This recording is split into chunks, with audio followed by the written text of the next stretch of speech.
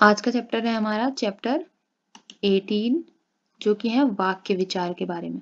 हम इसमें कोई भी चैप्टर छोड़ नहीं रही हूँ, मैं इस बुक के सारे चैप्टर्स करवा रही हूँ, क्योंकि कोई भी हर चीज मैंने देखा है, हर चैप्टर से कुछ ना कुछ आता ही है एग्जाम में, इसलिए मैं कोई भी चीज छोड़ नहीं रही हूँ। तो वाक्य विचार पे देखते हैं इसकी परिभाषा। क्रिया युक्त सार्थक पद समूह को क्या बोलते हैं? वाक्य बोलते हैं। ठीक है, क्रिया भी होती है जिसमें, और सार्थक समूह पद समूह जो होता है उसको क्या बोलते हैं? वाक्य बोलते हैं। वाक्य में शब्द नहीं पद होते हैं। ठीक है, तो पदों से ही वाक्य बनता है। एक वाक्य में एक से अधिक पद रहते हैं, इसमें सभी पद क्रम और संबंध रहते हैं। एक वाक्य में एक पूर्ण भाव या विचार व्यक्त होता है। ठीक है, अतः एक वाक्य में कर्ता और एक क्रिया अवश्य ही रहना चाहिए, बोलना है। ठीक है, तो जैसे अतुल फल खाता है, इसमें अतुल क्या है? कर्ता है, और खाता है क्या है? वो फल कर्म है, खाता है क्या है? क्रिया है। तो इसमें क्या क्या चीजें हैं? कर्ता भी है, कर्म भी और क्रिया भी है। तो एक वाक्य दो पदों का भी होता है, जैसे पानी लाओ, अखबार दो, घोड़ा दो, चिंता हटी। ये क्या है? दो दो ही तो शब्द है, इनमें दो दो ही पद है ना, तो क्या है? तो दो पदों से भी एक वाक्य बन सकता है। वाक्य के अंग है, जैसे कितने प्रकार के हैं? उद्देश्य और विधेय होता है वाक्य में। ठीक है, तो उद्देश्य क्या चीज होती है? वाक्य में जिसके बारे में कुछ कहा जाए उसे उद्देश्य कहते हैं। जैसे मोहन लिखता है, किसके बारे में कहा जा रहा है? मोहन के बारे में। कौन लिख रहा है? मोहन लिख रहा है, तो उद्देश्य क्या हो गया इसमें? मोहन हो गया। ठीक है, ऐसे उद्देश्य के रूप में संज्ञा अथवा संज्ञा के समान दूसरे शब्द भी आ सकते हैं। जैसे संज्ञा क्या है इसमें? लड़का पढ़ता है, उद्देश्य है ना, कौन पढ़ता है? लड़का पढ़ रहा है। संज्ञा है दूसरे पद, सर्वनाम आएगा तो वह पढ़ता है, कौन पढ़ रहा है? वह पढ़ रहा है। ठीक है, उद्देश्य है। विशेषण भी आ सकता है, जैसे वीर लड़ते हैं, वीर क्या करते हैं? लड़ रहे हैं। क्या है ये? उद्देश्य है, विशेषण है वैसे तो। और क्रिया, और आगे देखो, मैना बैठती है। ठीक है, मैना क्या कर रही है? कौन है? बैठ रही है, उद्देश्य मैना है इसमें। तुम तैरते हो, तुम तैर रहे हो ना, तुम क्या है? सर्वनाम है, लेकिन क्या है? उद्देश्य है। ऐसी धृत जो होते हैं वो ठगते हैं। ठीक है, विशेषण। तो इस प्रकार से क्रिया संज्ञा टहलना अच्छा व्यायाम है, उसका पढ़ना चल रहा है। अब देखो दूसरा विधेय है। उद्देश्य तो हमने देख लिया, विधेय क्या चीज होती है? तो वाक्य में उद्देश्य के बारे में जो कुछ कहा जाए उसे क्या बोलते हैं? विधेय कहते हैं। देखो किसके बारे में कहा जा रहा है? उसे उद्देश्य, लेकिन क्या कहा जा रहा है? उसे विधेय कहते हैं। जैसे मोहन लिखता है, क्या कर रहा है? लिख रहा है। लिखता है क्या है यहाँ पे?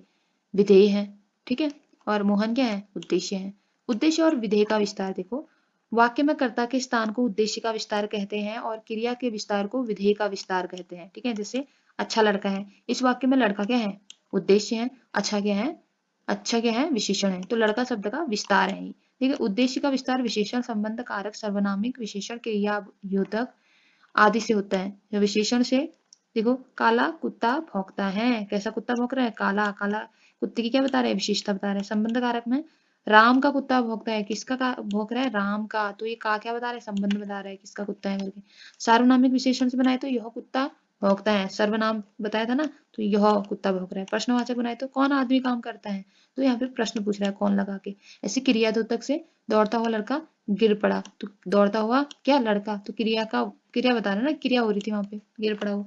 अब देखो विधेय का विस्तार, विधेय की विशेषता बताने वाले शब्द को विधेय का विस्तार बोलते हैं। जैसे वह धीरे धीरे चलता है। ठीक है, यहाँ पे किसकी विशेषता बताया था? उद्देश्य की। अब यहाँ पे विधेय का आ गया, तो इस वाक्य में धीरे धीरे चलता है, विधेय का विस्तार है। ठीक है, विधेय का विस्तार क्रिया विशेषण, प्रविशेषण, क्रियाधुतक, कृतंत आदि से होता है। जैसे क्रिया विशेषण से कैसे? बहुत जल्दी जल्दी खाता है। कैसे आ रहा है? जल्दी जल्दी। ठीक है, ये क्या है? विधेय है, तो विधेय की विशेषता बता रहा है।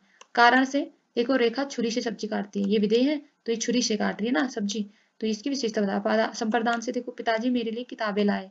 ठीक है, मेरे लिए किताबें लाए, किताबें लाए क्या है? विधेय है, तो विधेय की विशेषता बता रहा है। ऐसे अपादान से पेड़ से सब पत्ते गिर गए। पत्ते गिर गए कहाँ से? पेड़ से गिरे हैं, ये उद्देश्य है, और ये विशेषता बता रहा है किसकी? विधेय की। अधिकरण से मैं लड़के मैदान में खेल रहे हैं। ठीक है, मैं जो है ये अधिकरण, खेल रहे हैं, विधेय है, तो इसकी विशेषता बता रहे हैं मैदान में। प्रविशेषण में वह अत्यंत चतुर बालक है। अत्यंत, वह जो है क्या है? सर्वनामिक उद्देश्य है। चतुर बालक है क्या है? विधेय है, तो अत्यंत जो है उसकी विशेषता बता रहे हैं यहाँ पे। देखो नीचे के कोष्टकों में उद्देश्य और विधेय का विस्तार दिखा गया है। जैसे वाक्य क है, मोहन का चचेरा भाई श्याम जोर जोर से पढ़ता है। ख, रामू का प्यारा सुग्गा चिल्ला चिल्ला कर बोलता है। उद्देश्य देखो क्या है? श्याम और सुग्गा उद्देश्य है। ठीक, सुग्गा क्या है? उद्देश्य। उद्देश्य का विस्तार कौन कर रहा है? मोहन का चचेरा भाई। उद्देश्य का विस्तार इसने किया, और रामू का प्यारा, ठीक है, इसने भी उद्देश्य का विस्तार किया। अब विधेय क्या है? पढ़ता है इसमें है, इसमें बोलता है विधेय है। ठीक है, क्रियाएं जो है, विधेय का विस्तार क्या कर रहा है? कैसे पढ़ रहा है? जोर जोर से। और कैसे बोलता है? चिल्ला चिल्ला कर। ठीक, सिंपल। वाक्य के प्रकार देखो, रचना की दृष्टि से 3 प्रकार के वाक्य होते हैं। क्वेश्चन आ सकता है कि रचना की दृष्टि से कितने प्रकार के वाक्य होते हैं? 3 प्रकार के होते हैं, सरल वाक्य, मिश्र वाक्य और संयुक्त वाक्य। ठीक है, सरल वाक्य क्या है? जिस वाक्य में एक उद्देश्य और एक विधेय रहता है उसे सरल या साधारण वाक्य बोलते हैं। जैसे हवा बह रही है, रिक्शा चलता है, यह घर बड़ा है, हम लोग खेलेंगे। साधारण वाक्य है, कोई ऊपर नीचे नहीं दिख रहा है, सिंपल सा जा रहा है बिल्कुल। ठीक है, मिश्र वाक्य में देखो एक विधेय और एक उद्देश्य भी है इसमें। मिश्र वाक्य में तो जिस वाक्य में एक प्रधान वाक्य और उससे आश्रित एक या एक से अधिक उपवाक्य हो उसे मिश्र वाक्य कहते हैं। जैसे गुरुजी ने कहा, ठीक है, एक वाक्य है। अब की लगा के एक और बन गया, यह छात्र मेधावी है, और लगा के एक और उपवाक्य बन गया, पढ़ना चाहता है। ठीक है, जो लड़के तेज होते हैं, ये एक सिंपल वाक्य है। वे लगा के पढ़ने में भी तेज होते हैं, ये कॉमा लगा के वे पढ़ने में भी तेज होते हैं, एक और उपवाक्य लग गया। ठीक है, तो ये क्या हो गया? मिश्रित वाक्य हो गया। देखो अब आश्रित वाक्य 3 प्रकार के होते हैं, संज्ञा वाक्य, विशेषण वाक्य और क्रिया विशेषण वाक्य। संज्ञा वाक्य क्या है? जैसे मैं समझ गया कि तुम्हें पढ़ना आता है। ठीक है, वह आदमी जो कल मिला था आज भी मिला। वह ऐसा दौड़ता है जैसे कोई धावक हो। ऊपर के रेखांकित चित्र जो है वो आश्रित वाक्य है। ठीक है, तो ये आश्रित वाक्य है, वो ऐसे दौड़ता है, आश्रित है किस पे? जैसा कोई धावक हो इस पे। ऐसे देखो संयुक्त वाक्य क्या होते हैं? जिस वाक्य में संयोजकों द्वारा 2 या 2 से अधिक सरल अथवा मिश्र वाक्य संयुक्त रहते हैं उसे संयुक्त वाक्य कहते हैं। जैसे अजीत काम करता है और संयुक्त कर रहा है किसको? वह पढ़ता है। वे देर से आए क्योंकि गाड़ी देर से आई। बाढ़ आ गई इसलिए विद्यालय बंद हो गए। तो ये और क्योंकि इसलिए क्या करें? संयोग करें दो वाक्य को आपस में। अब देखो अर्थ की दृष्टि से वाक्य 8 प्रकार के होते हैं। ठीक है, यहाँ अर्थ की दृष्टि से कितने प्रकार के होते हैं? 8 प्रकार के होते हैं। और ये हमने जो पढ़े थे रचना की दृष्टि से 3 प्रकार के थे। देखो 8 प्रकार के कौन कौन से होते हैं? पहला है विधिवाचक वाक्य, सुधाकर पुस्तक पढ़ता है। दूसरा है निषेधात्मक वाक्य, प्रभा इस हिसाब को नहीं बताएगी। ठीक है, नहीं आ रहा है ना, निषेधात्मक।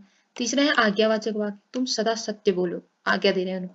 चौथा है प्रश्नवाचक, इसमें क्वेश्चन मार्क आ जाएगा, तुम क्या खाओगे। पांचवा विस्मयादि बोधक, ये आया ना विस्मयादि का चिन्ह, अरे यह तो इंद्रधनुष है। छठा है इच्छावाचक, इच्छा दिखाए जिसमें ईश्वर तुम्हें सद्बुद्धि दे, इच्छा। ठीक है, सातवां है संदेहवाचक, जिसमें संदेह का बोध हो, तुमने इस पत्र को पढ़ा होगा। ठीक है, आठवां संकेतवाचक, हो सकता है वह वहां गया हो, संकेत दे रहा हो। ठीक है, वाक्य रचना के नियम क्या होते हैं? देखो वाक्य में पदों या अवयव अर्थात मेल होता है। वाक्य में सभी शब्द जो है पद होते हैं जिनका लिंग, वचन, पुरुष काल आदि संबंध होता है। जैसे ये वचन, पुरुष काल, ये सब मैंने पढ़ा चुकी पहले के चैप्टर्स में, वहां देख सकते हो। तो जैसे पहला क्या है कर्ता के साथ ने विभक्ति नहीं रहने पर क्रियाकर्ता के लिए वचन और पुरुष के अनुसार होती है। जैसे लड़का पुस्तक पढ़ता है, तो क्या बोला इसने? अगर कर्ता के साथ ने नहीं है तो क्रिया जो है कर्ता के लिंग, वचन और पुरुष के अनुसार होती है। ठीक है, क्रिया तो इसके अकॉर्डिंग होगी ना, लड़का है तो पढ़ता हो गया, लड़की होती तो पढ़ती आ जाता है। ऐसी तू कौन काम करेगा, ऐसी लड़की पुस्तक पढ़ती है, यहाँ पे ती आ गया देखो कर्ता के अनुसार। तुम पत्र लिख रहे हो, ऐसी लड़के पुस्तक पढ़ते हैं। मैं कहानी पढ़ रही हूँ, लड़कियां पुस्तक पढ़ती हैं। हम लोग सर्कस देखने जाएंगे। तो कर्ता सारी क्रियाएं जो है वो कर्ता के अकॉर्डिंग ही चेंज हो रही है। दूसरा एक ही लिंग, वचन तथा पुरुष के अनेक विभक्ति रहित कर्ता किसी संयोजक शब्द से जुड़ते हैं तो क्रिया उसी लिंग के बहुवचन में होती है।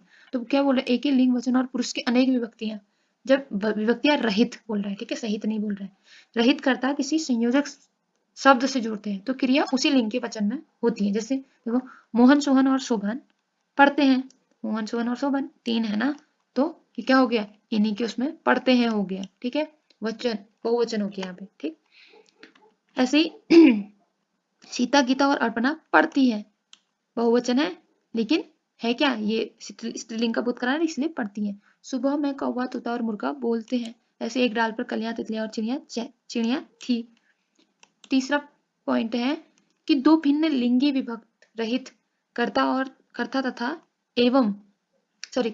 तथा एवं आदि संयोजकों से जुड़ते हैं तो उनकी क्रिया पुल्लिंग और बहुवचन होती है।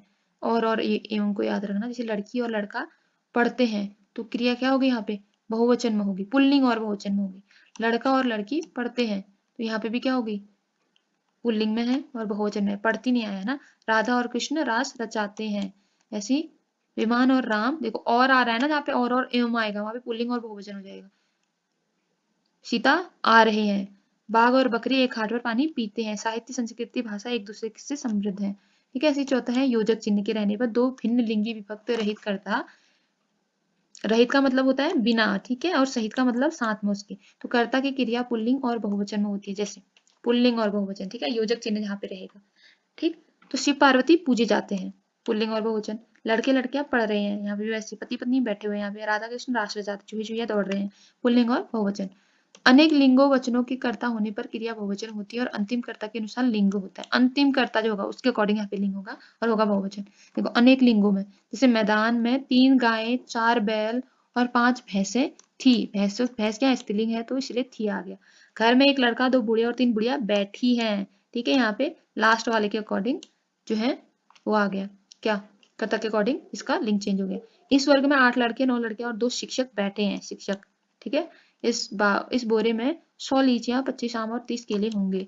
ऐसे देखो अनेक कर्ताओं के बीच या वा अथवा की आदि रहे तो अंतिम कर्ता के लिंग और वचन के अनुसार इसमें भी इसी के अकॉर्डिंग आखिरी जो कर्ता होगा उसके लिंग और वचन के अकॉर्डिंग बनेगी। जैसे बैल या घोड़ा या गाय बिकेगी, गाय क्या होती है स्त्रीलिंग इसलिए बिकेगी।